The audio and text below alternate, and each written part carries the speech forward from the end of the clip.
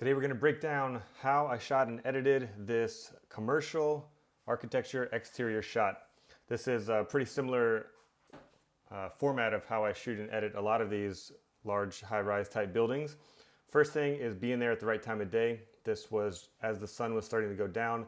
The sun was way over here to the left, and you can kind of see the hot spots here on the left of the building as a result. You also have a little bit of that warm light here, but some shadows down in this area because the other tall buildings around were blocking it. This is the base shot that I'll use. I added in another layer here just to bring back some of the highlights, a little bit of the highlights here and on the building and up in the sky. You'll also notice that the sky is empty up here.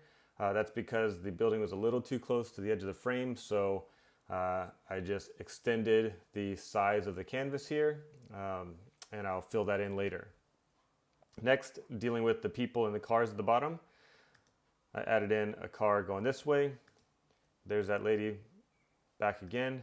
And let's zoom in to see what we did back here, because some of these things are subtle and small. So removing people on the sidewalk over here, then removing a car that was back here, or a couple cars over here. Next up, this guy over here and a car that was in the background. And then finally, one more person walking across the street there. So that's our people.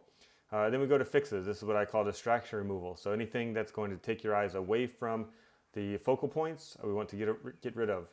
So you can see we removed a light post and a building and some reflections on the building that your eye kind of jumped to, this little white spot and this little black spot. And a couple other things up here. We've got some, things on top of the building. I'm not sure what those are exactly, but just get rid of all those things that your eye might jump to.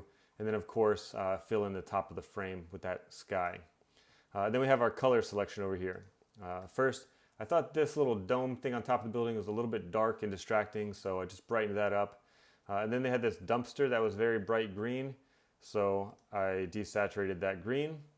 And then the road gets a lot of blue cast in it late in the evening, so desaturated the blue in the road and then warmed up the road over here. Didn't warm up this side because that side was already warm. Warmed up this side down here. And that's our final image.